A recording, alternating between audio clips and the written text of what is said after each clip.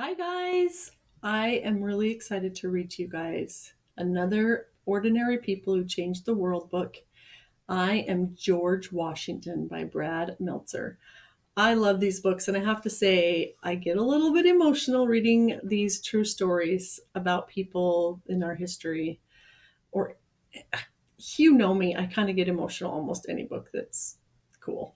This is a 3.6 AR reading level book, and let's get going.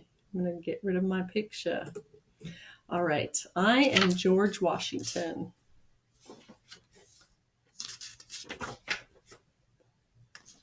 Okay, and I love how he did these little mini cartoon version of George Washington is basically telling the story as he goes along.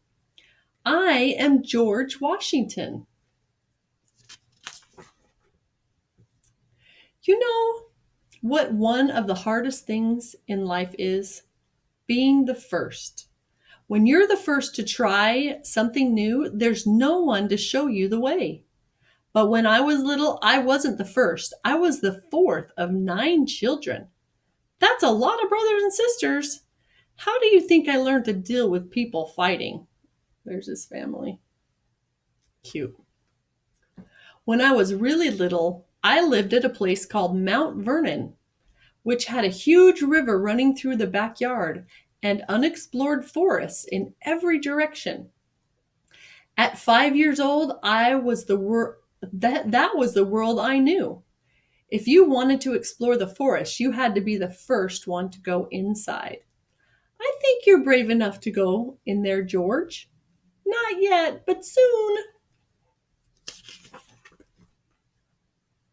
People will tell you that I was a perfect boy. They say I didn't tell a lie after I chopped down a cherry tree. But that cherry tree story isn't true. Like most boys back then, I liked swimming, fishing, and riding horses. I was a decent athlete, but nothing spectacular. Mostly, I was just an ordinary kid. I liked books, and I even liked to dance. I was great at it. In school, my best subject was math. I was pretty good at writing, but I was always a terrible speller. You spelled beginning wrong, and harvest too. Don't you realize I'm going to be one of the world's best leaders? I believe that almost as much as I believe you're a great dancer. But remember when I said that it was hard to be the first? It's easier when someone's showing you how it's done. This is my brother Lawrence. He was 14 years older than me. No one had a bigger impact on my life. What are you wearing? My military uniform, so I can fight for our country. You like it? It's amazing. I loved hearing the stories of his adventure. Thanks to my brother, I knew I wanted to serve in the military. Soon, though, I saw how uncertain life could be.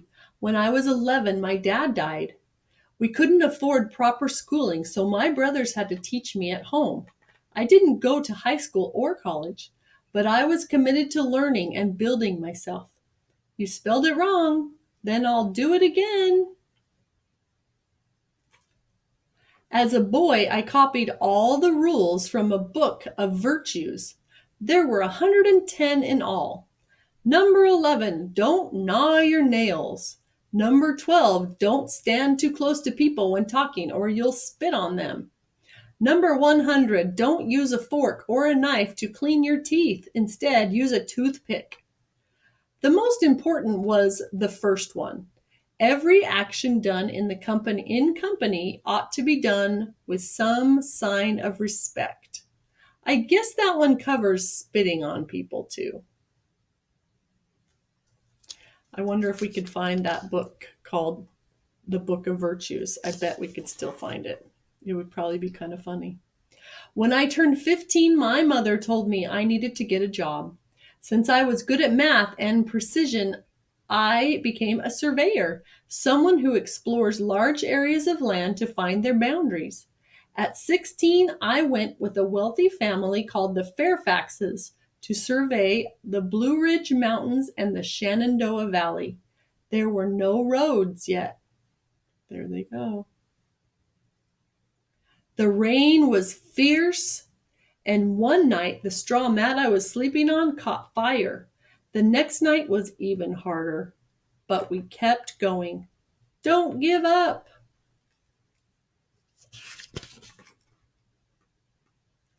There was something special in treading a new path, something beautiful in doing what no one had ever done before. That is a famous road now. Wow. Just being around the Fairfaxes changed my life. They helped me get work. I observed how they lived, how they dressed, and how they ate. I even learned how to properly dance. He really does like to dance. That wasn't a joke. I was a great dancer. At the Fairfaxes, I ate with fine silver and beautiful china. At home, I ate with sticks at a fire. It was as if I was living in two worlds, but to me, both were equally important. You know, you can eat with the rich folks every night. Yes, I know.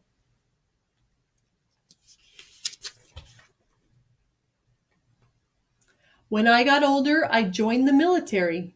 In my first big battle, I was on the British side fighting against the French and Native Americans.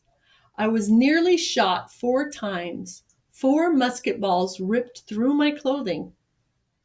But nothing could stop me.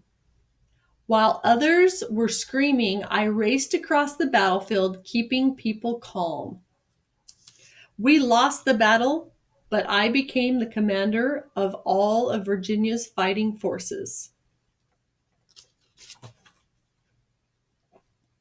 At the age of 23, I ran for office to be a member of the House of the Virginia Legislature. I lost. That's right, I lost. Next time, I'll be better organized. It didn't stop me. I tried again, and this time I won. In fact, I won re-election every time after that. But the world, as I knew it, was about to change. Remember when I was growing up, the United States didn't exist yet? Back then, there were no states, just colonies, all of them controlled by England. We were ruled by the British king named George III. The king is unfair. He wants us to pay more for everyday things like stamps and tea. We deserve to be free. This was the Boston Tea Party, where they threw the tea in the ocean. In April of 1775, the first shot was fired in Massachusetts, in Lexington and Concord. It took 8 days for the news of the new American Revolution to reach me. Are we going to let the colonists in Massachusetts fight alone, or are we going to join them? It was one of the biggest questions in history. The answer came at a meeting called the Second Continental Congressional Congress. There we go. I was right the first time. The Second Congressional Congress. Our 13 colonies decided we would fight together against King George III. All we needed was a leader for the battle. Guess who they chose? You look like you're in charge. Some say it was because I was a natural leader. Some say it was simply because I was taller than everyone else. But let me tell you a secret. I was the only one wearing a military uniform. It wasn't an accident. On that day, I came ready to lead, ready to do the job, ready to be the first. Was it easy to be in power? Never. Our side didn't have enough food, clothing, or weapons. Their side was well fed and well armed. Our side didn't have trained soldiers. We were farmers and fishermen. Their side was the greatest fighting force in the world. In the winter at Valley Forge, some of our troops didn't eat for days. They wore rags and had to go barefoot in the snow.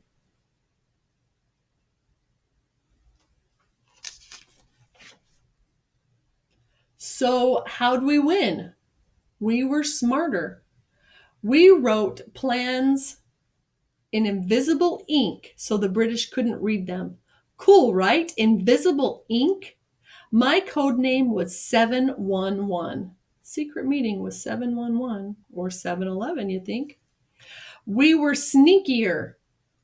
We launched surprise raids like the one where we crossed the Delaware River, but most important, we wouldn't give in.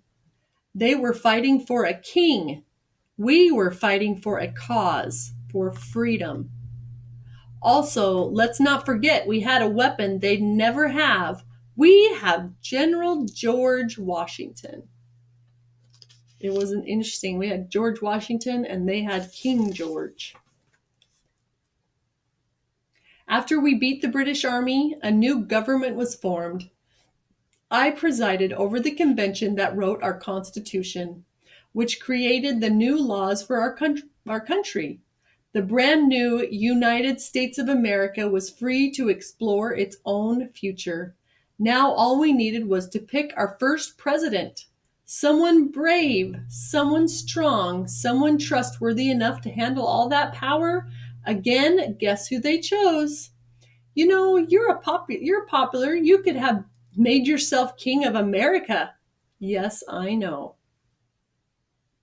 He chose to be a president instead of kings. At the end of the American Revolution, King George III asked someone, okay, this is what these guys are talking about, George. Says, some say it was the most heroic act. Instead of putting myself first, I put my faith in my country. I put my faith in you. At the end of the American Revolution, King George asked someone what George Washington planned to do after the war. The king was told that George was going to return to his farm. If he does that, King George says, he will be the greatest man in the world. And that's exactly what he did. And he did it again after he left presidency. After his second term, he went back to his farm and lived. In life, there are many ways to lead. You can be a quiet leader, a tough leader, a bold leader, but leadership isn't about being in charge. It's about taking care of those in your charge. When you're in a position of power, always look out for those who put their faith in you, and always forge your own road, because sometimes the most important trail is the one no one has ever taken before. When you do those things, you will clear a path that will lead the way for others. This is the museum about George Washington. Every year we still celebrate his birthday. President's Day is a national holiday. He's got the only state named after a president. He was even on one of the country's first postage stamps. People think he wore a wig, but he never did. He powdered his hair white, which was the style back then. I just like that he wore fake teeth. They weren't made out of wood, though. They were ivory. Gross. You can see his teeth at Mount Vernon. So Mount Vernon was his home, and it's a museum now. Leadership doesn't come from charisma or personality. It comes from courage. The courage to do what is right. The courage to serve others. The courage to go first. I am George Washington. Today they call me the father of our country. I have the courage to do what no one's done before.